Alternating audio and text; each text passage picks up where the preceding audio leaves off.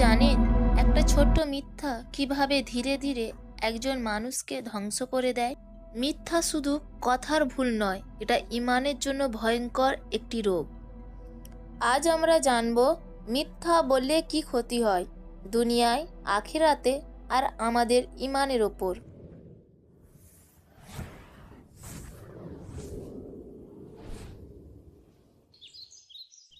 ইসলাম হলো সত্যের দিন। আল্লাহ তাআলা নিজেই আল হক, চিরসত্য। আল্লাহ কুরআনে বলেন, হে মুমিনগণ, তোমরা আল্লাহকে ভয় করো এবং সত্যবাদীদের সাথে থাকো। সত্য মানুষকে আলোর পথে নিয়ে যায়, আর মিথ্যা ধীরে ধীরে মানুষকে অন্ধকারে ডুবিয়ে দেয়।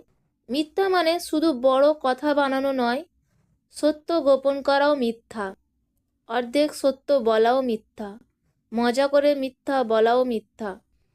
রাসূল সাল্লাল্লাহু আলাইহি ওয়াসাল্লাম বলেছেন, যে মানুষকে হাসানোর জন্য মিথ্যা বলে তার জন্য ধ্বংস।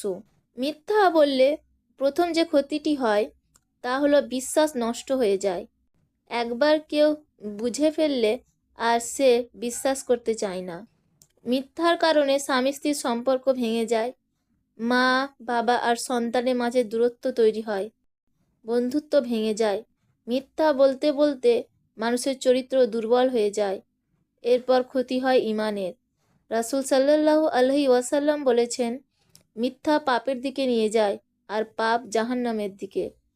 মিথ্যা বলতে বলতে নামাজে মন বসে না, দোয়া কবুল হয় না, অন্তর শক্ত হয়ে যায়। মিথ্যা আর ঈমান একসাথে থাকতে পারে না। রাসূল সাল্লাল্লাহু আলাইহি ওয়াসাল্লাম মিরাজের রাতে ভয়ঙ্কর এক দৃশ্য দেখেছিলেন। কিছু মানুষের মুখ লোহার হুক দিয়ে ছিঁড়ে ফেলা হচ্ছিল। জিজ্ঞেস করা হলো, এরা কারা? উত্তর দেওয়া হলো, এরাই সেই মানুষ যারা দুনিয়াতে মিথ্যা বলতো আর তার চারদিকে ছড়িয়ে দিত। একটা মিথ্যার শাস্তি আখিরাতে কত ভয়ঙ্কর একবার ভাবুন। কিন্তু সত্য বললে আল্লাহ সন্তুষ্ট হন। সত্য বললে অন্তর শান্ত থাকে। সত্য বললে মানুষ সম্মান করে। এই কারণেই রাসূল সাল্লাল্লাহু আলাইহি ওয়াসাল্লাম পরিচিত ছিলেন আস সাদিক আল আমিন নামে। আমরা সবাই মানুষ, ভুল আমাদের হয়, কিন্তু যদি আমরা ভুল বুঝে আল্লাহর কাছে তওবা করি আর মিথ্যা ছেড়ে সত্যের পথে ফিরে আসি, আল্লাহ আমাদের ক্ষমা করে দেন। মিথ্যা অন্ধকার, সত্যই নূর।